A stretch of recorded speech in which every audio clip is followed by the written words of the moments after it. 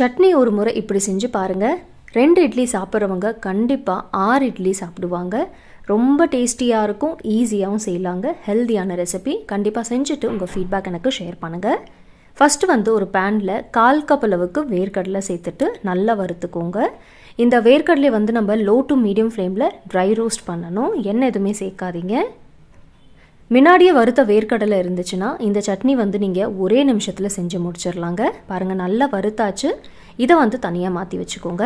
இப்போ இதே பேனில் 2 டீஸ்பூன் அளவுக்கு எண்ணெய் சேர்த்துக்கலாம். எண்ணெய் சூடான பிறகு 1 டீஸ்பூன் ஜீரகம் சேர்த்துக்கோங்க. இது லைட்டாக பொரிஞ்ச பிறகு இதில் நம்ம வெங்காயம் சேர்த்துக்கலாம். ஒரு மீடியம் சைஸ் அளவுக்கு வெங்காயமாக ரஃப்பாக கட் பண்ணியிருக்கேன். வெங்காயம் சேர்த்த பிறகு ஒரு 8 பல் பூண்டு சேர்த்துட்டு 2 சின்ன துண்டு இஞ்சி சேர்த்துக்கோங்க. வெங்காயம் மீடியம் சைஸ் அளவுக்கு எடுத்திருக்கேன். இப்போ இந்த வெங்காயம் ஓரளவுக்கு நல்லா சாஃப்ட் ஆகிற வரலையும் நல்லா வதக்கிக்கலாம்.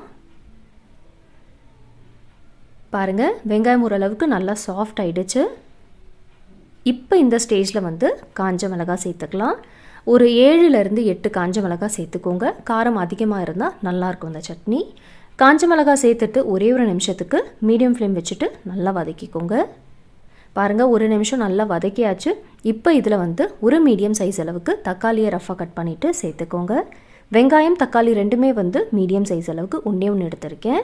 அடுத்ததாக கொஞ்சமாக கொத்தமல்லி காம்போடு சேர்த்துக்கோங்க. காம்போட கொத்தமல்லி சேர்த்துட்டு இந்த சட்னி செய்கிறப்ப சட்னி ரொம்ப வாசனையாக இருக்கும். இப்போ இது நல்லா வதக்கிக்கலாம். தக்காளி நல்லா சாஃப்ட் ஆகணும், நல்லா மேஷ் ஆகுற மாதிரி இருக்கணும். பாருங்கள், தக்காளி நல்லா சாஃப்ட் ஆகிடுச்சு. இந்த அளவுக்கு வதக்கின பிறகு நம்ம ஃப்ளேம் ஆஃப் பண்ணிடலாம். இப்போ நான் ஃப்ளேம் ஆஃப் பண்ணிட்டேன். இது நல்லா ஆறட்டும்.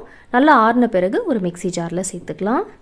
ஃபஸ்ட்டு நம்ம முன்னாடியே வறுத்தோம்ல வேர்க்கடலை, அந்த வேர்க்கடலையை சேர்த்துட்டு இப்போ இதில் வெங்காயம் தக்காளிலாம் வதக்குனது அதையும் சேர்த்துக்கோங்க. பாருங்கள், எல்லாம் சேர்த்தாச்சு. அடுத்ததாக கொஞ்சமாக புளி சேர்த்துக்கோங்க. சின்ன நெல்லிக்காய் சைஸ் அளவுக்கு புளியை ஒரு 2 டேபிள் ஸ்பூன் தண்ணியில் ஊற வச்சுருந்தேன். ஸோ அதை சேர்த்தாச்சு. தேவையான அளவு உப்பு சேர்த்துக்கோங்க. பாருங்கள், இந்த அளவுக்கு உப்பு சேர்த்துருக்கேன்.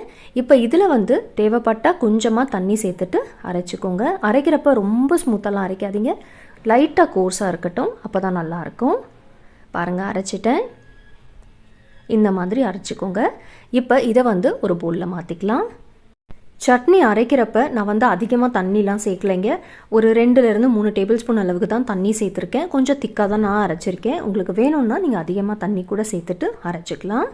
இப்போ இதில் ஒரு தாளிப்பு ரெடி பண்ணிவிட்டு சேர்த்துக்கோங்க. தாளிக்கிறதுக்கு எண்ணெய், கடுகு, கருவேப்பிலை மாத்திரம் சேர்த்துருக்கேன். பெருங்காயத்தூள்லாம் சேர்க்கணுன்ட்டு அவசியம் இல்லை. தாளிப்பு சேர்த்துட்டு ஒரு முறை நல்லா மிக்ஸ் பண்ணிவிட்டு அவ்வளோதாங்க. நீங்கள் இதை எல்லா பிரேக்ஃபாஸ்ட்டுக்குமே சர்வ் பண்ணலாம். இட்லிக்கு சூப்பராக இருக்கும். இட்லி, தோசை, சப்பாத்தி, பூரி எல்லாத்துக்குமே ரொம்ப நல்லாயிருக்கும். கண்டிப்பாக செஞ்சு பார்த்துட்டு உங்கள் ஃபீட்பேக் எனக்கு ஷேர் பண்ணுங்கள். நாளைக்கு இதே போல் ஒரு இன்ட்ரெஸ்டிங்கான ரெசிபியில் நம்ம மீட் பண்ணலாம்.